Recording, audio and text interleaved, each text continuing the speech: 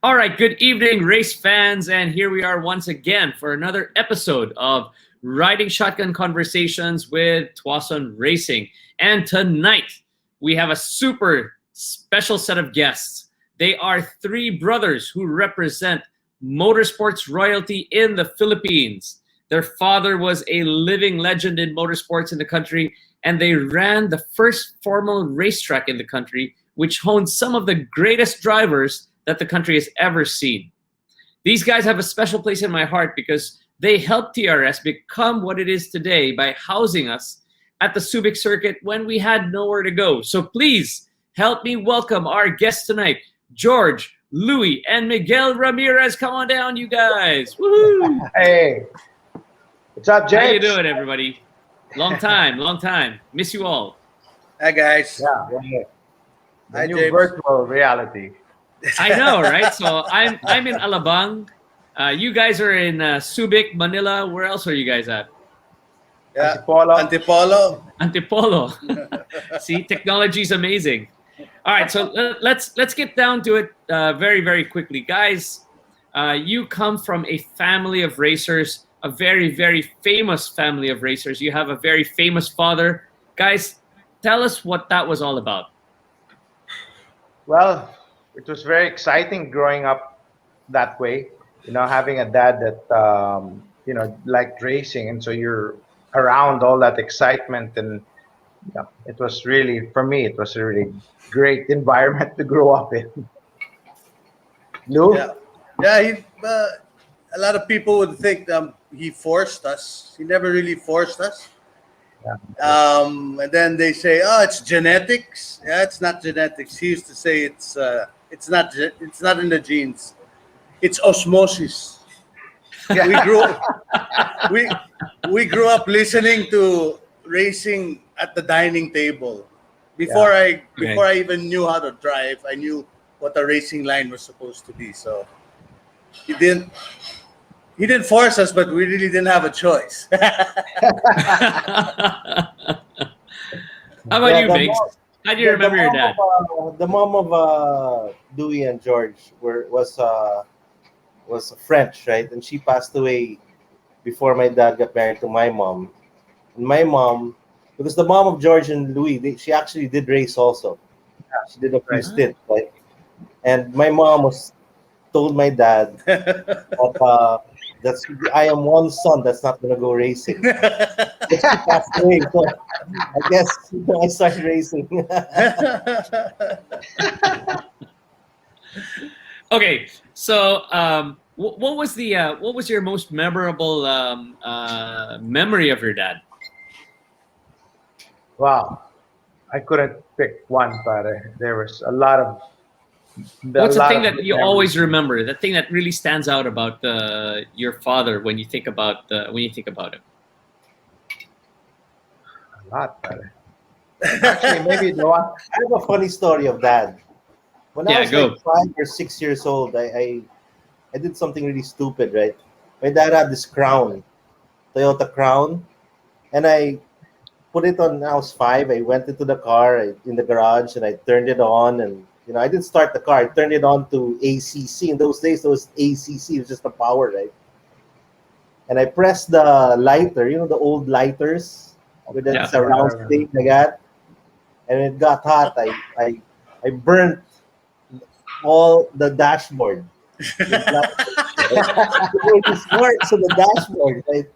I got into big trouble for that. And then I remember that, Louis.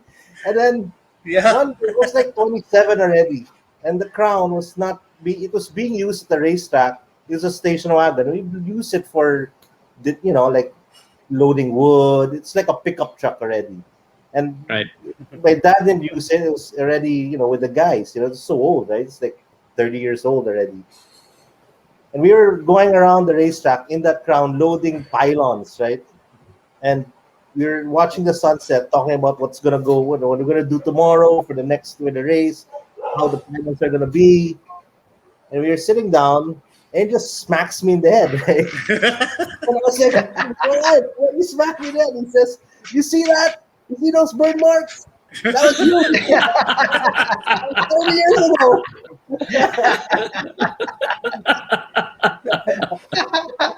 My dad was super cool that way, you know. Yeah.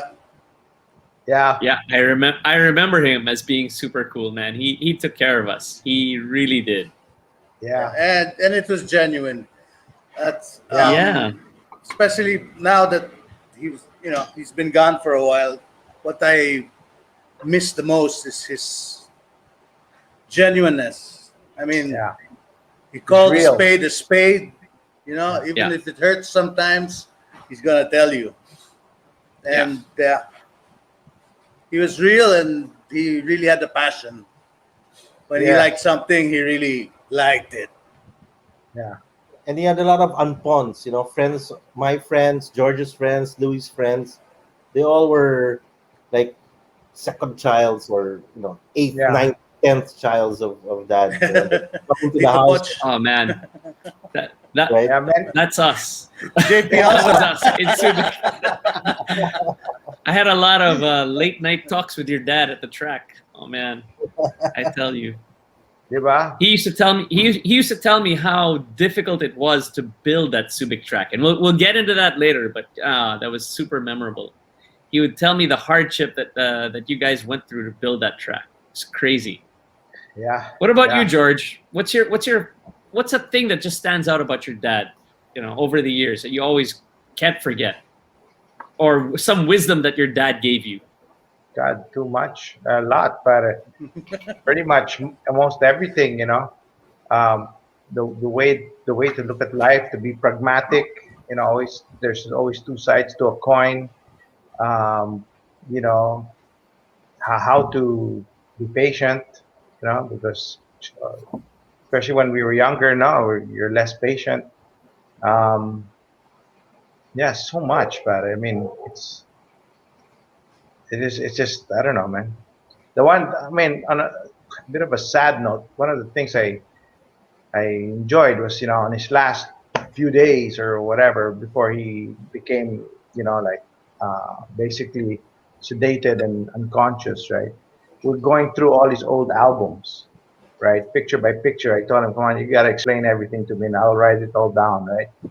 And we finished all, you know, so that time was really good because it's kind of like you were going back through life, you know, like from the beginning, running through it like that.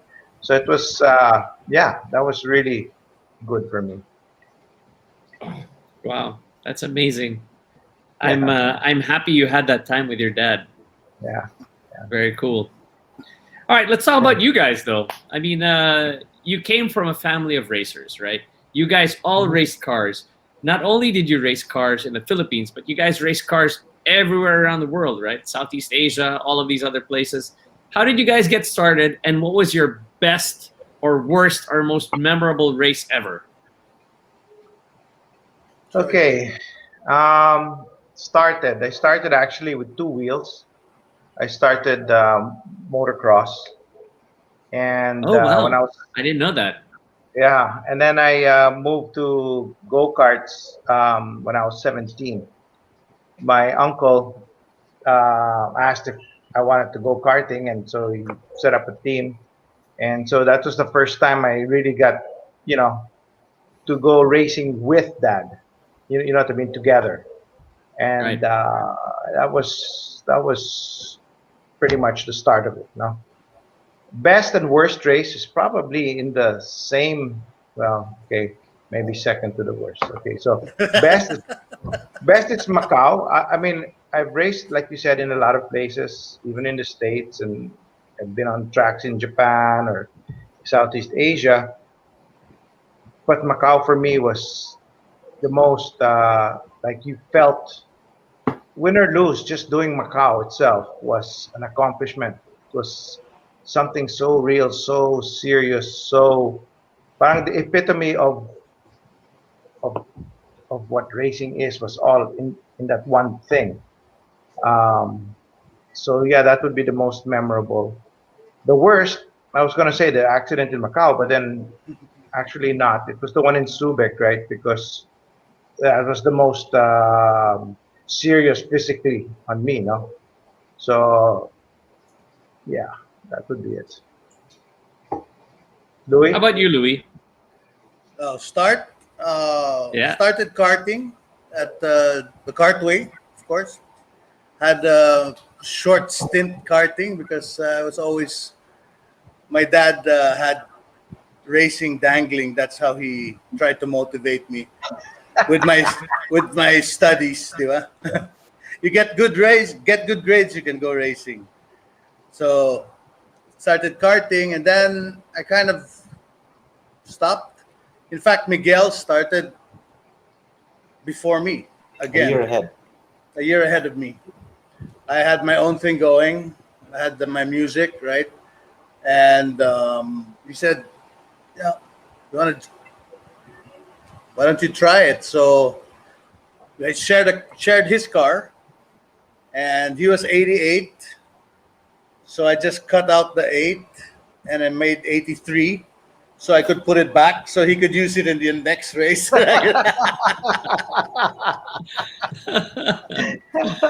And yeah, that's it. So out of the brothers, I guess I was the least of the racing for a long time, but it was inside me, right? And when Subic was there, it's like quickly, it's like riding a bike. It was right. Right. What Most was your most memorable race? I would have to say, like George. I mean, year 2000 with AFOS, we were able to get into Macau because it was a series fee. You paid for the whole series, so Macau was part of the series. So it was like, Yeah. because unless you do it that way, you have to be invited and all that stuff, right? So we can race Macau, go for it, right? We had no more budget. I didn't have any tires, and Dad said, "You're there. Just race already."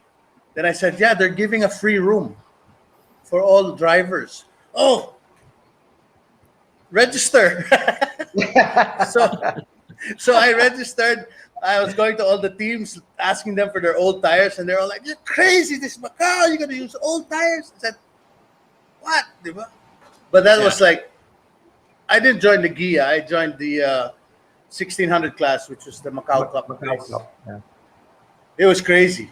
I was happy that I was in the back because wow, man, 40 plus cars. Oh, that first corner, and I finished it with old tires.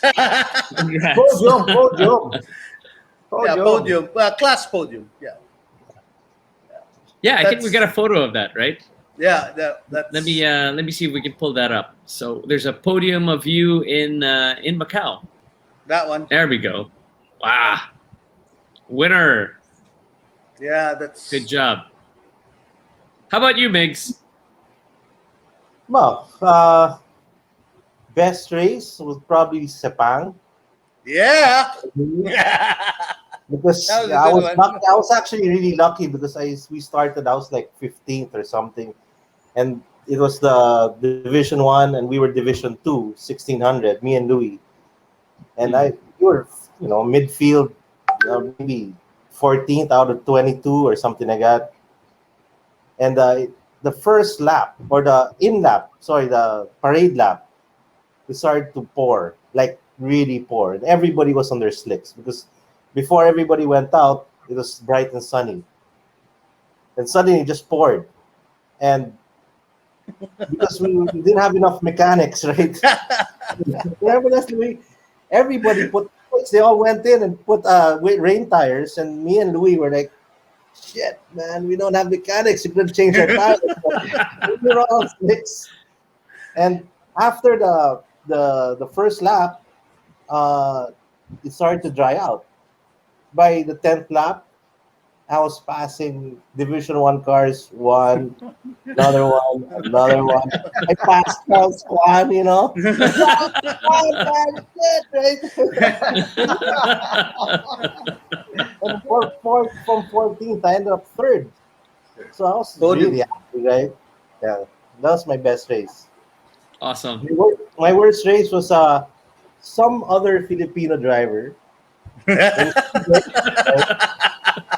went ballistic, right? In the 8 we were, I don't know, something happened. He hit some people, and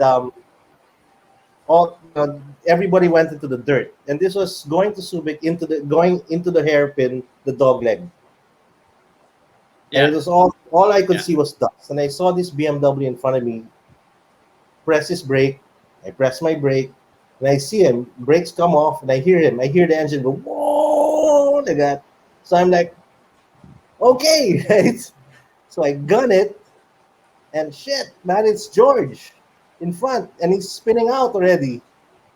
So I hit another car, and I hit George, and I ended up in the tire wall, wrecked the car.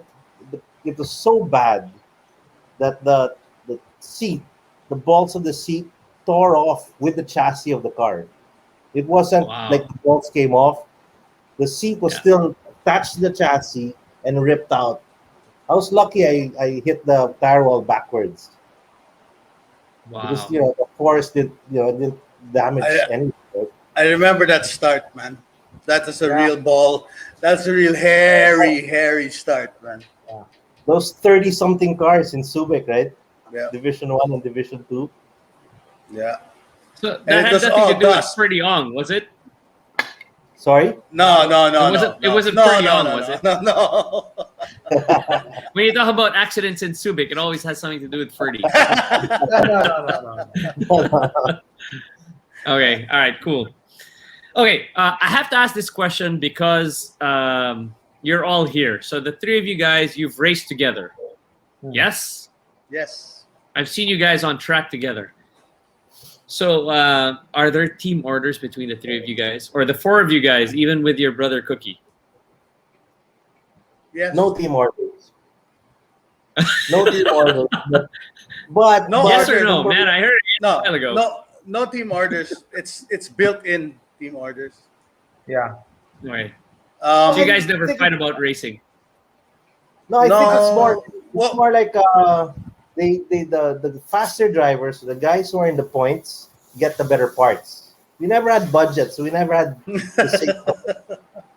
One guy gets the points, and then Yeah, that's how it goes. they don't ask. But if you're how I was brought, if your teammate is in the running, you get support him. Yeah. Right? I mean, it's a team sport. The team for me, the team has priority. You're just a driver in the team. And let's shift gears a bit. What we haven't talked about is we haven't talked about Cookie, and I think we have a photo of him somewhere here in one of the race cars. Is that right? Let's look at the photos. Yeah, and a podium shot also. I think there's a podium shot of That's him. right. There's a podium shot with him. Yeah. So let's try to find that. And the reason why I want to bring it up because he was one of the best driving instructors in the Philippines. Yeah. So, what's the most memorable thing that you guys always come up with when you think about your brother? I can't say that on air. I was thinking also something. The second most memorable thing. Kuya, I would say Cookie for me has always been Kuya.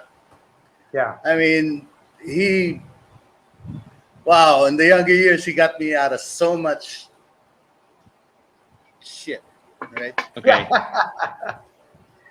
And he's always been Kuya. He's always there for you, man. Yeah. Always.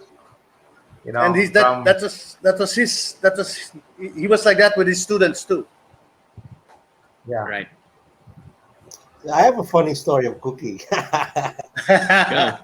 When my dad would leave the country to race or whatever, sometimes he'd have to stay, and he would take over. And he's the tatay, right? He really took pride in the responsibility of being the man of the house.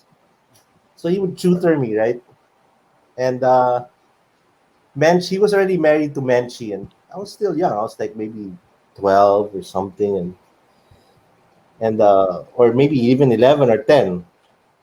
But he would tutor me, and every time he'd do it, and he'd be so strict, and more than my dad, right?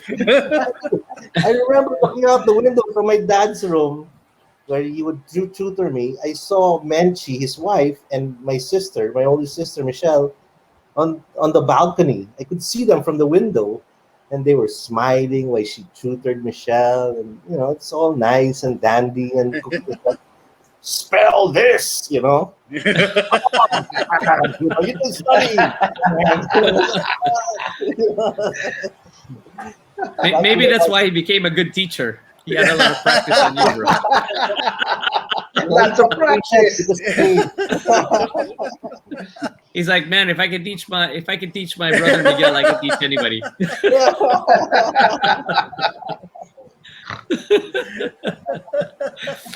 Okay, we're running out of time, guys. But what I want to talk about before we end is I want to talk about Subic, because for me and for a lot of people, I think that's a legacy that your family has left. Right? Subic was so epic for many people, including myself. So let's hear the story very, very quickly of how Subic came about. What was the hardship in running that track, and what was the best thing about running that track? Okay. Well, we started when the Americans left, and then so Mandy, who was a friend of Dick Gordon at the time, said, let's go and look at the possibilities in Subic. Now, Dad had always, through our whole life, he was always trying to find a place to build a circuit, right? Because we always used to race on the streets. I mean, not street racing in the public, but the tracks were built in the streets, right? So that was always his thing. And then finally, we went in, and I remember they brought us to Naval Mag and all these other places, and then we bumped into this place, and we said, this is the perfect place for it, right? It had a lot of the infrastructure already built into it and everything. And you remember the first ones were just like, rally crosses, the modified in the first year. That was in '93, right? Yeah. So then we were there. Yeah. And then we moved on. But even in that time, if you notice in those earlier shots, everything was in containers and stuff, because they didn't know what was, where things were going to develop exactly. So they said, you can't put any permanent structures, don't put holes into the ground, things like that. So we had to build by putting containers everywhere. We put the concrete blocks on top, nothing dug into the ground or anything like that. So we had to start it that way. And then slowly they kept cramping us. I mean, like, oh, we need to do this here. They took the road back, so we squeezed in that way. Then later on, those silos that you see over there, they were going to build those things there. So then we had to squeeze again and go like this. That's why there's so many configurations to the Subic track, from the original one till the last one, because it was just like perpetually, before you can even make any money back from your investment, you're reinvesting again, because you have to redo the track again and redo the track again. So it was very difficult that way. Yeah, just the lease alone, the tenure. Yeah. The first one was like 6 months, man. Yeah, no, by the weekend, about the very beginning. Yeah, wow. Wow. Yeah, and then 1 year, it got longer and longer, right? Yeah. So you're like putting money in. It's like casino, diba? Yeah. Hope it will, without no tenure to get the money back. Yeah. If you knew, okay, you're gonna have 10 years at least, and then okay, I'll put in this much and then make it back. But it's just like a question mark all the time, yeah. But I remember I speaking to your dad one evening, and he was telling me about how he just had to make it happen. He was just so focused on making it happen, and he was telling me a story about trying to figure out how to get asphalt. I don't know if you you know that story, but but it's crazy. I'll let you guys tell it if you'd like to tell it.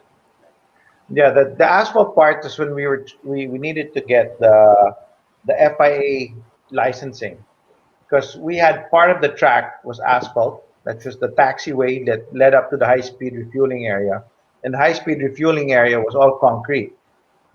And to get the licensing, you needed to have the same surface. You couldn't one have surf mix. you couldn't have both.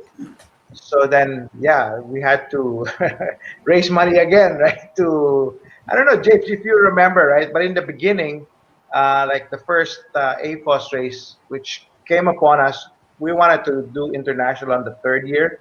But after the first year, we already had the international. So if you remember, the paddock for all those racers, right, which there was over 100, maybe 100 and something cars, right, that came in from abroad, were all the way in that what we call the T building, and it was where the helipad is, in Buton area. And then they just had to walk or drive their race cars all the way to the track just to do it. That's how crude it was in the beginning, no? We really didn't have anything there, brother.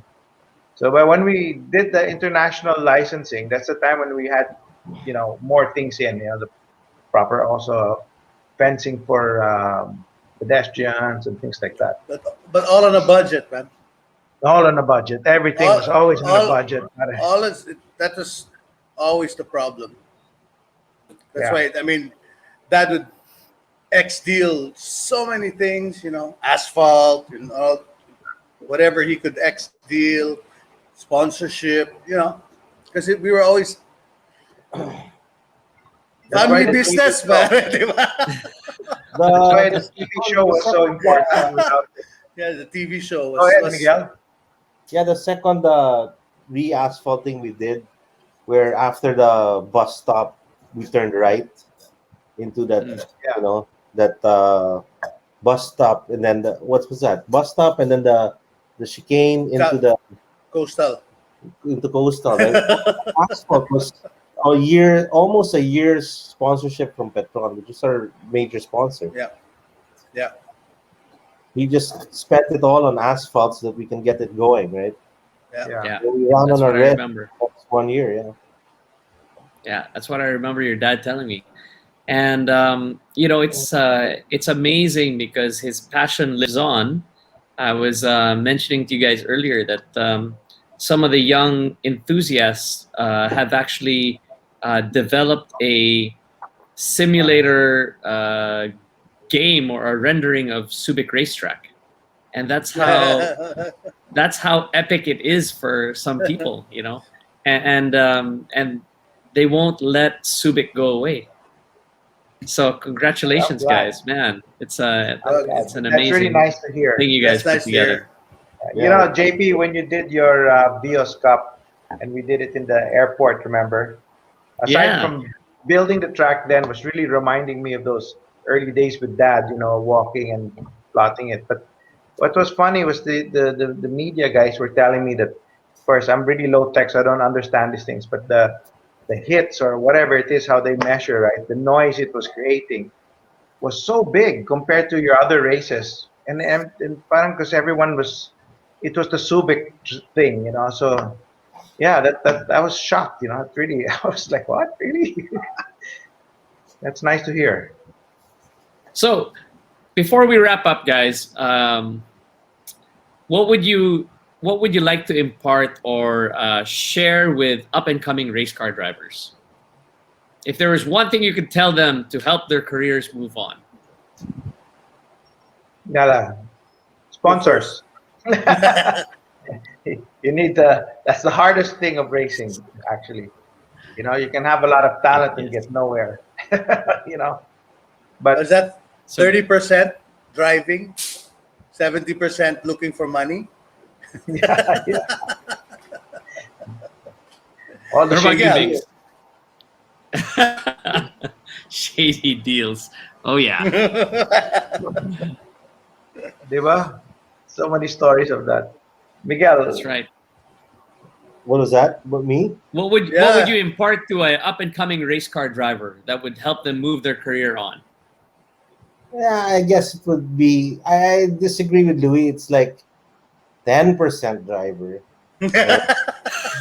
40% the car, right? And 50% the sponsorship.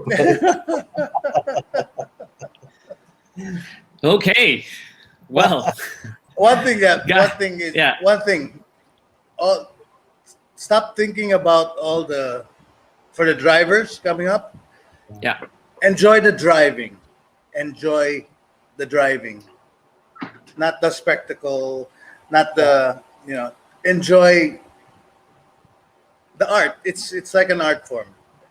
You put any of us in anything, we'll go around the track and we'll come out with a smile on our faces. No matter how crappy the car is or whatever. Because we enjoy it. You need to enjoy it. The other thing I wanted to say, I mean, other than the money, was that normally people like to focus on the engine, when you start. And my thing to them would be, make that your last priority.